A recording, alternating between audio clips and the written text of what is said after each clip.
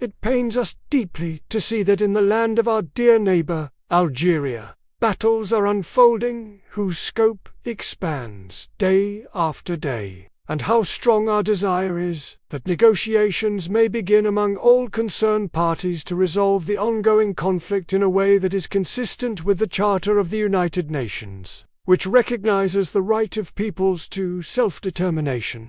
Welcome to a new episode of Silent History, where we open a page from the chronicles of the past pages that some would prefer to bury by force. A page written in blood and shared sacrifices, engraved in letters of gold in the memory of nations. Today we will speak of the story of brotherhood and neighborliness, the story of a shared struggle against a single colonizer. We will recount the role of Morocco, both king and people, in supporting the glorious Algerian Revolution. Yet the question that imposes itself powerfully today, and for which we are dedicating this episode, is why does the current Algerian regime deliberately obscure, even erase, this honorable chapter? Why such insistence on denying the sacrifices of a neighboring country that opened its homes, its borders, and its heart to the Algerian revolutionaries?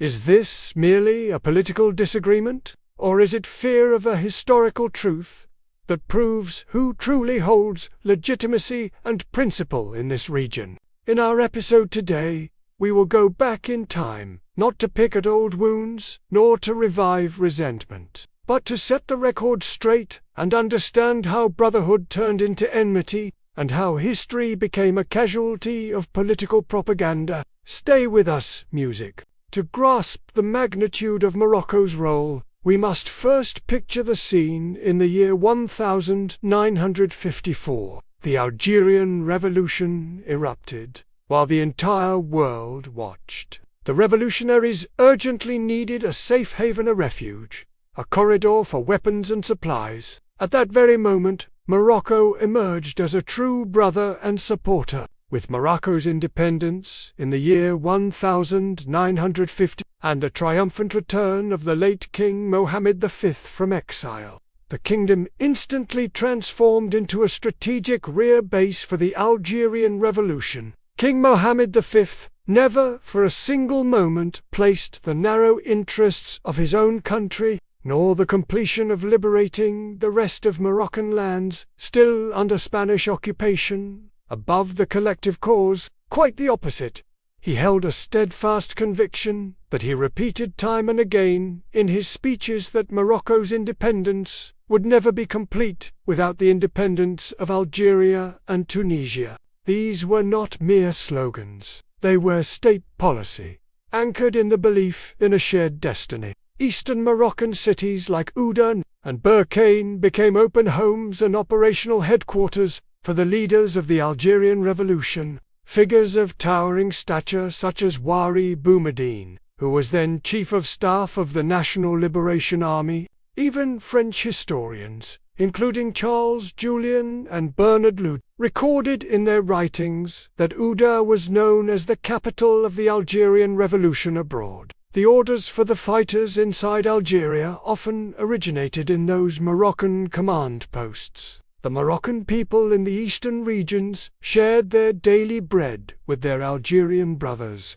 welcoming them not as mere refugees, but as fellow combatants. The Moroccan-Algerian border, an obstacle that France tried to close off with the electrified and mined lines of Maurice and Chali, was never simply a demarcation. It was the lifeline of the revolution. Weapons sent from Egypt during the era of President Gamal Abdel Nasser, and from other countries, first reached Morocco before being smuggled through intricate networks to the freedom fighters within Algeria. The Moroccan state and its people did not merely look the other way. They actively facilitated these operations, taking immense political and military risks. France remained present in Algeria with all its might and conducted military campaigns along the borders such Operation Equivalent.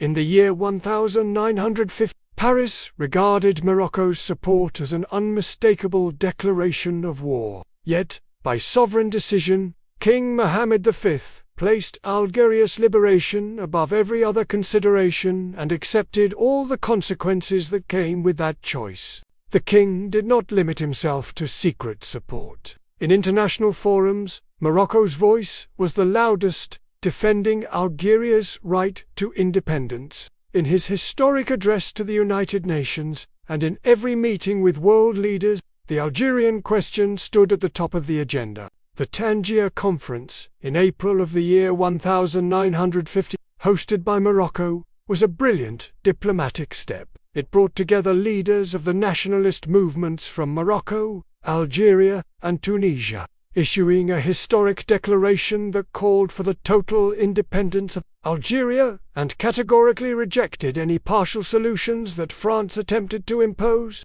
This principled stance demonstrated that Morocco was acting as a nation-state with heritage and responsibility, not as an artificial entity born of convenience. It showed a genuine belief in the unity of Maghreb destinies. Moroccan support was not merely logistical or political, it was also direct military assistance in which Moroccan and Algerian blood mingled on the battlefield. This is a truth some wish to forget, but it remains etched in the records of history. The Moroccan Liberation Army, which was itself still fighting to free the remaining Moroccan lands from Spanish colonialism in the south, dedicated a significant portion of its forces and resources to fight shoulder to shoulder with the Algerian National Liberation Front. They fought historic joint battles along the frontier. The purpose was one: to exhaust the colonizer, disperse its armies, and ease the pressure on the fighters inside Algeria. These were no trivial skirmishes, they were coordinated military operations. The historic meetings between the two nations reflected that spirit of genuine fraternity. As we mentioned, the Tangier Conference in the year 1950 was not merely a political summit, it was also a council of war and coordination at the highest level. Attending from Algeria were senior leaders like Fahad Abbas and Krim Bel, and from Morocco, figures like Alal El-Fassi and Mehdi Ben Barka. The conclusion they reached was clear and unequivocal. Our destiny is one, our enemy is one, and our future must be united in a greater When we read the memoirs of the Algerian Revolution's leaders themselves, written before political propaganda tainted everything, we find unmistakable acknowledgments of Morocco's role. The late President Ahmed Ben Bella declared more than once, most famously in an interview in the year 1985, that, were it not for Moroccan support, the Algerian Revolution might have been delayed by many years, and perhaps would never have succeeded in the way it did. That is not the testimony of a historian, it is the witness of one of the revolution's foremost architects. Even Wari Boumediene himself, before ascending to power, praised Moroccan backing in his private correspondence. These testimonies were documented before the military regime later tried to erase them and replace them with a narrative of hostility and suspicion. And here we reach the hardest, most painful question. What happened? How did all these sacrifices and shared blood turn into entrenched enmity and severed ties? The answer, unfortunately, is complex. It lies in the nature of the military system that seized power in Algeria after independence in the summer of the year 1960. After liberation, a bloody struggle erupted between the legitimate provisional government under Youssef Benkheda and the so-called Oujda group, the border army led by Wari Boumediene and Ahmed Ben Bella. It was this group that ultimately prevailed and occupied the capital by force. To justify their seizure of power, they needed to craft a new narrative, claiming that they alone were the true revolutionaries, the sole bearers of legitimacy. In that narrative, there could be no acknowledgement of any foreign contribution, especially from a monarchical neighbor. Admitting Morocco's role would have diminished the prestige of the new regime. depicting it as the younger brother to the Moroccan Kingdom, something utterly unacceptable to their ambitions of regional leadership. The Sand War of the year 1963 became the original sin that cemented hostility. After Algeria's independence, Morocco amicably requested resolution of the colonial-era border issues. France had carved out historic Moroccan territories like Tindouf and attached them to French Algeria for administrative and military purposes. There was a gentleman's agreement between King Mohammed V and the provisional government to discuss these issues after independence, but the Boumediene Ben Bella regime refused even to talk. Instead of dialogue, they chose military confrontation. Morocco responded to provocation and achieved military superiority. At this moment, the Algerian regime cunningly portrayed the conflict to its people as a stab in the back from an expansionist neighbor. They used the war as a pretext to eliminate internal rivals and rally the populace around them against an imaginary foreign enemy. From that point onward, the deliberate construction of the Moroccan bogeyman began, systematically embedded in media and education. At the core of this lies fear of historical legitimacy. Morocco is an ancient nation-state with roots stretching back over 12 centuries, with stable historical, religious, and political legitimacy embodied in the monarchy. In contrast, the Algerian system was a new power born of a coup, desperate to fabricate revolutionary legitimacy. To do that, it had to invent a permanent external adversary to unify the public and justify its iron grip over power and wealth. Sadly, Morocco was chosen for this role, recognizing Morocco's contribution would collapse that entire narrative, because it would prove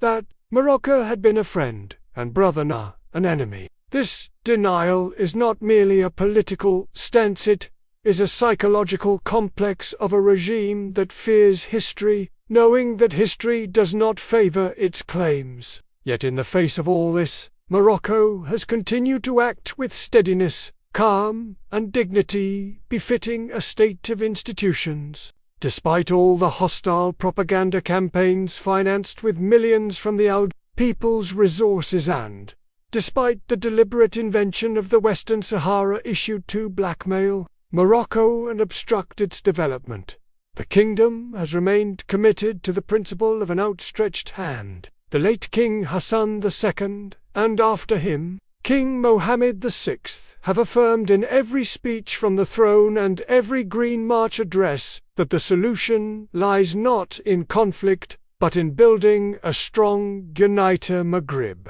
The initiative to establish the Arab-Maghreb Union in the year 1989 was essentially a Moroccan idea. The repeated calls by King Mohammed VI to open the borders and launch direct dialogue are the clearest proof of sincere intention. This shows the fundamental difference between an ancient state that thinks strategically and believes Morocco's strength lies in the strength of its neighbors and a regime that survives by perpetuating crises and reactions. Morocco defends its just causes, first among them the Sahara, through international law, historical truth, and genuine development, not through empty slogans. Its support for Algerian independence was never a temporary political bargain. It was part of Morocco's identity as a state that believes in a shared Maghreb destiny. At the end of this episode, we return to the essential question: